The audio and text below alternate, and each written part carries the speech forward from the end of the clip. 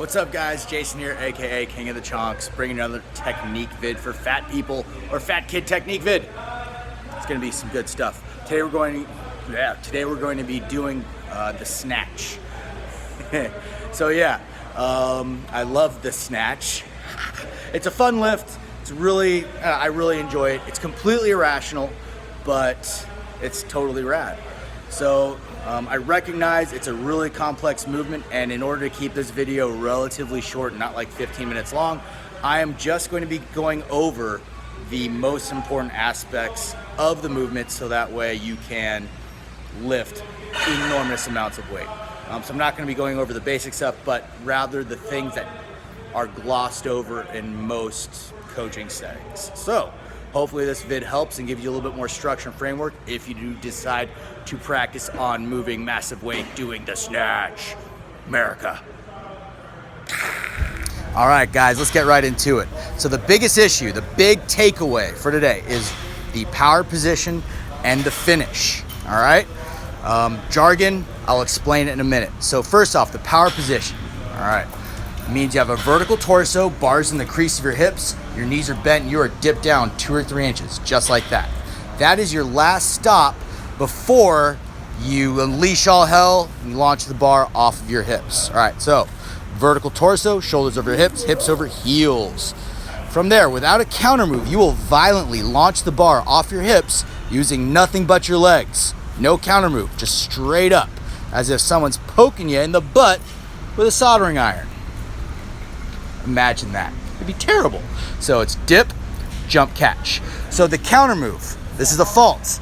It's when you do the dip and then there's some sort of additional movement preparing you for that. If you do that, you'll reinforce bad tendencies, and you'll do that when you lift for reals.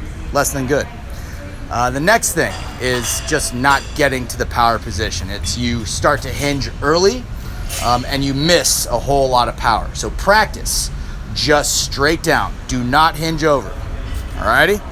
So the next piece, if you can figure that out and you feel the bar getting launched off your hips, it is learning how to return to the power position from above the knees.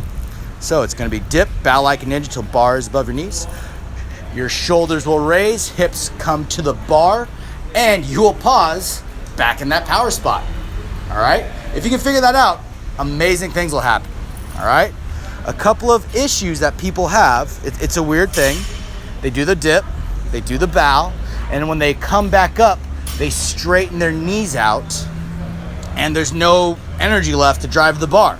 Weird things happen. Just like that. We don't want that. Keep your knees bent, be patient, bring the bar all the way back to the hips, and then you can jump catch. All right? We are not in Russia, so don't be rushing. Be patient. Don't do it like that. Return to the power position. That should be home. All right. Last thing is from the floor, or mimicking from the floor. So mid-shin. Still do the dip, still do the bow, just like before. All those things remain the same. But now your shoulders and hips will lower until the bar is at mid-shin. Once you're there, shoulders and hips rise at the same time until the bar is right above the knees. From there, rinse and repeat. Scoop that bar up. Once you're in the power position, jump and catch. Just like that. It's simple.